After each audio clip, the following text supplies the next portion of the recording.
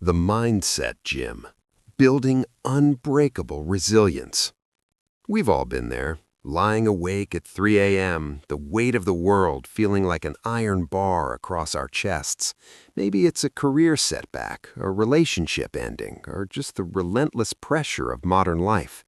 In those moments, we often look at strong people and think, I wish I was born with that kind of grit. But here is the truth that changes everything. Resilience is not a personality trait. It's not something you're either born with or you're not.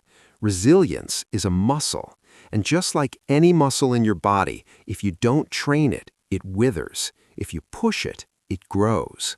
Welcome to the Mindset Gym. This isn't about staying positive or just breathing.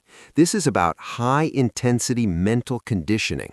Today, we're moving past theory and getting into the heavy lifting of mental strength.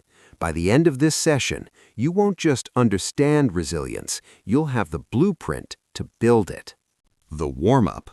Understanding your mental muscles. Before we start the heavy lifting, we need to understand the biology of the equipment we're using, your brain. Most of us go through life with accidental mindsets. We react to what happens to us rather than training for it. Identifying your mental weaknesses. Just like a physical assessment, we have to identify where your form is breaking down. We all have cognitive traps, mental habits that drain our strength. Rumination. This is the infinite loop. You replay a mistake over and over, expecting a different result. It's like doing a bicep curl with a weight that's too heavy. You aren't getting stronger, you're just tearing the joint. Catastrophizing. This is the what-if spiral. Your boss asks for a meeting, and by the time you walk into their office, you've already imagined yourself fired, homeless, and alone. This fries your nervous system before the workout even begins. The science of neuroplasticity. The good news? Your brain is plastic. Through neuroplasticity, your brain physically rewires itself based on repetitive thoughts and actions.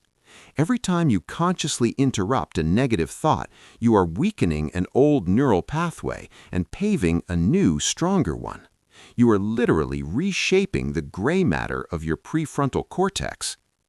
Why traditional advice falls short. Most people treat mental health like a lecture hall. They listen, they nod, and they leave. But you can't get six-pack abs by reading a book about anatomy. Passive understanding is useless in a crisis. You need active drills. You need to stress the system in a controlled way so that when life throws a real punch, your guard is already up. The core workout. Resilience drills. All right, warm-up is over. It's time for the core workout. These are the specific drills you need to perform when things get difficult. Drill number 1, the reframing reps. In the gym, resistance creates growth. In life, failure is your resistance. The goal of reframing reps is to transform a setback into feedback.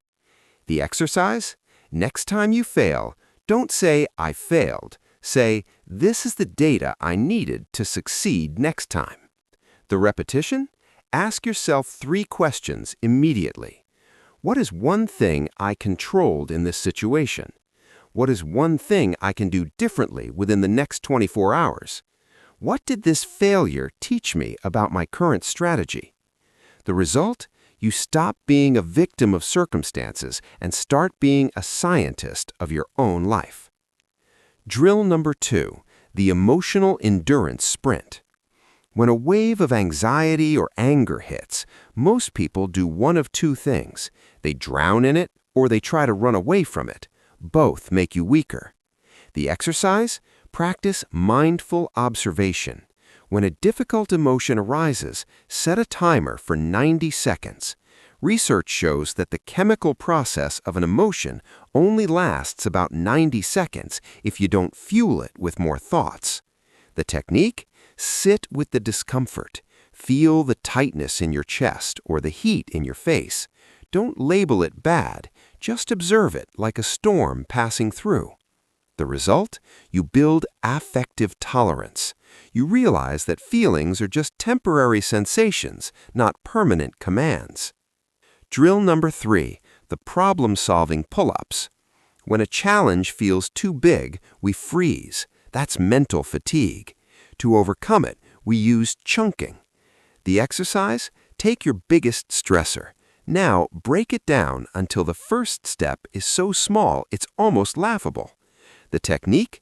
If you're overwhelmed by a massive project, your pull-up isn't finish the project. It's open a blank Word document and type the title. The result? Each small win releases a hit of dopamine, which lowers cortisol and gives you the energy for the next rep. Advanced training, building unwavering strength. Now that we have the core movements down, we need to talk about conditioning. This is what separates those who get through a crisis from those who are unbreakable. The gratitude grid. This isn't toxic positivity. This is a tactical scanning exercise. Your brain has a reticular activating system, or RAS, a filter that decides what information is important. If you look for problems, you will find them. The gratitude grid retrains your filter. The protocol. Every evening, write down 3 specific things that went well. But here's the advanced twist. You must also write down why they happened.